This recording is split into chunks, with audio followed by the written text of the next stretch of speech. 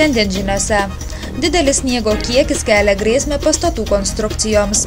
Gyventojai masiškai atsisako savo augintinių. Mieste bus atnaujinti dar 2 lopšeliai darželiai. Iškritus itin gausiam sniego kiekiui pavojingi tampa ne tik slidūs keliai, bet ir statiniai, kurių konstrukcijos legiamos storo sniego sluoksnio gali bet kada įlūžti. Sniego sluoksnis tai yra papildoma apkrova pastatui, papildomos, žodžiu, visokios problemos susidaro. Ir ypatingai yra blogai, kai palyja, atšyla ir palyja. Tas sniegas tampa šlapias, dar nepalyginamai sunkesnis ir nuo tos perkrovos gali įlūžti konstrukcijos, jos gali klupti, gali linkti ir, žodžiu, susidaro tokia pavojinga situacija dėl papildomo sniego sluoksnio. Tai vienareikšmiškai yra rekomenduojama jį nukasti, valyti tiek, kiek įmanoma yra. Ir šiemet dėl susidariusio tokio storo sniego sluoksnio yra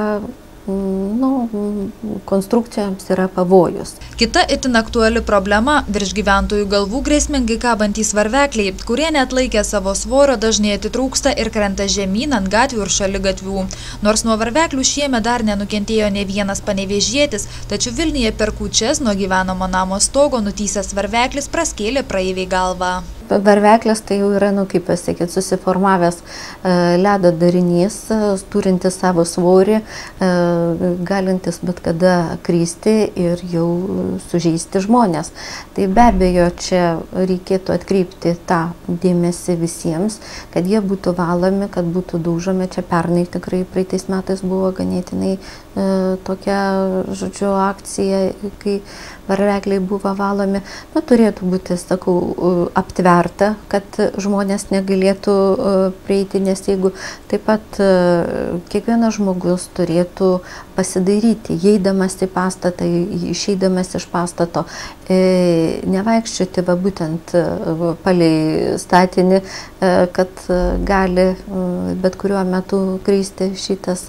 Žodžiu, visiems reikia saugotis. Ant stogų susikaupusio sniego, ledo ir varveklių šalinimo darbus privalo organizuoti patys statinių savininkai arba techniniai prižiūrėtojai. Netgi civilinėme kodekse yra nurodyta, kad pastato savininkas turi atsakyti už jo pastatą.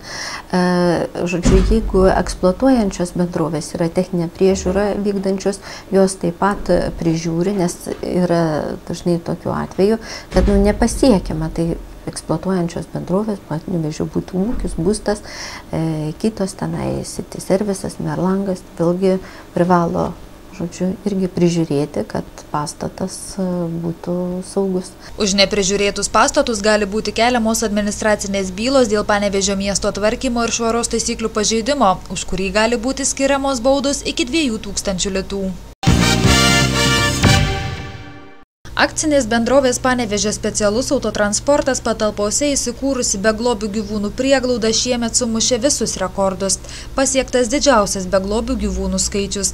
Tačiau bendrovės specialistė gyvūnų priežiūrai Rūta Liberienė džiaugiasi, kad prieššventinis laikotarpis paskatino gyventojus dalintis gerumu ir į savo šeimas priimti niekam nebereikalingus šunis ir kates. Gyvūnėlių tai labai daug tikrai per visą šitą laiką buvo. Ir tikrai pasiekti visų SPCTI akcinės bendrovės specialus autotransportas visi rekordai, nes praeitą mėnesį netgi buvo 182 gyvūnai priduoti. Šiaip tikrai labai daug šuniukų, labai daug kačiukų, bet labai daug žmonių, kurie pasiima ir labai daug gerų žmonių, kurie aukoja. Tai prieš Kalėdas buvo kelios mokyklos, kurios paaukoja mums be galo daug maisto. Mes, aš manau, iki kovo mėnesio, jeigu ne iki balandžio, išsimaitinsim to maistu. Sužinojo žmonės, kad mums reikia skudurų paties aliukų voljeram, prinešė nepaprastai daug. Ir tiesiog džiaugiamės, o šiuo metu labai sumažėjo dėl to, kad žmonės žino ir jie ima gyvūnėlius ir ypač labai daug kačių prieš Kalėdas pasiėmė. Gal dėl to, kad kiti metai kiškio katės metai. Gal dėl to ima kates, kad atneštų laimę. Norintys turėti ištikimą šeimos draugą šiuo metu gali rinktis iš 22 kačių ir 31 šuns. Tarp pastarųjų ne tik mišrūnai, bet ir grynaveisliai augintiniai. Iš veislių dabar yra Cocker Spanielių kalė, tikrai nepaprastai graži ir gera kalė, bet jau antrą kartą mes ją atiduodame į šeimą ir jinai grįžta pas mus, dėl to, kad jinai kažkodėl apkandžiojo. Čia mergaitė savanorės ją vedžiojasi, tampo, šukuoja, niekada nieko nėra įkandus, bet šeimoje kažkodėl jau antra šeima grąžino, nes apkandžiojo.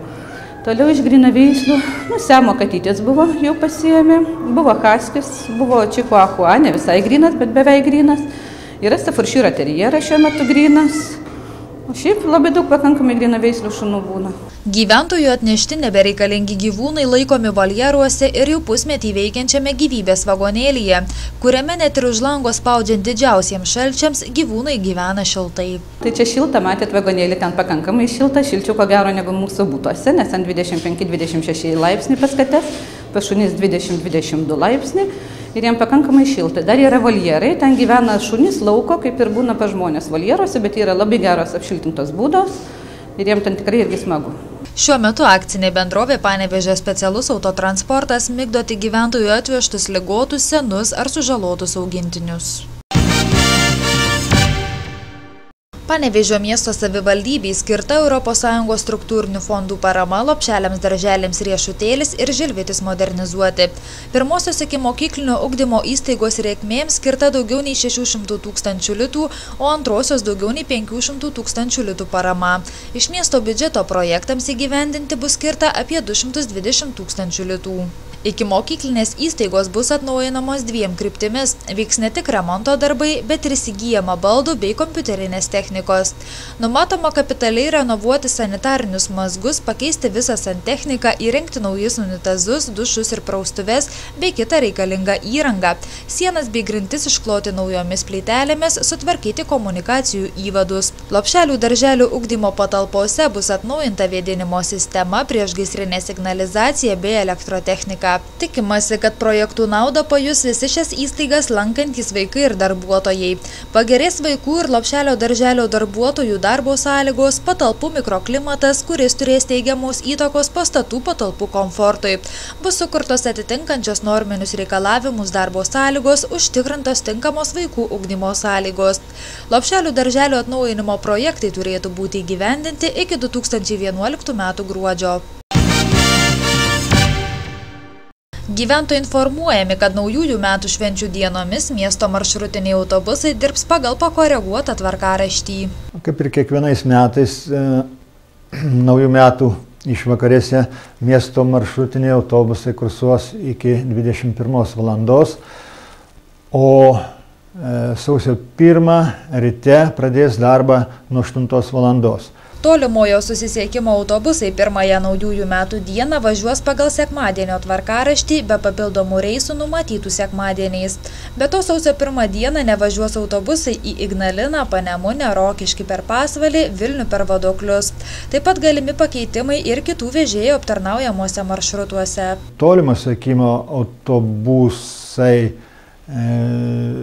iš vakaro, tai yra gruodžio 31 dieną, ten eismo pasikeitimų nebus, tačiau 1 dieną sausio kai kurie ankstyvi rytiniai reisai, kur mažesni keleivių srautai, nekursuos.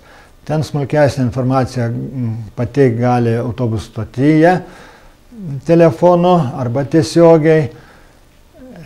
Toliau priemiestiniai maršrutai sausio 1 ir 2 dienomis važiuos sekmadienio tvarkaraščiais, o sausio 1 darbą pradės nuo 12 valandos. Nors sausio 1-ąją miesto maršrutiniai autobusai pradės kursuoti jau nuo 8 valandos ryto, tačiau autobusų parko direktoriaus pavaduotojas pripažįsta, kad tokiu laiku keliaujančiųjų beveik niekada nebūna. Reikia pasakyti, kad mažai keliauja. Tikrai mažai keliauja ir šiaip, jeigu žiūrėti miesto pervežimus, tai daugiausia žmonės pradeda judėti sausio 1 kažkur tai apie pietus. Taip kad, aišku, yra kai kurie žmonės, kuriem yra neatidėliotini reikalai, kažkur skuba, kažkur važiuoja, bet tai yra labai nedaug. Tikslesnę informaciją dėl pasikeitusių autobusų maršrutų švenčių dienomis gyventojams suteiks autobusų parko darbuotojai.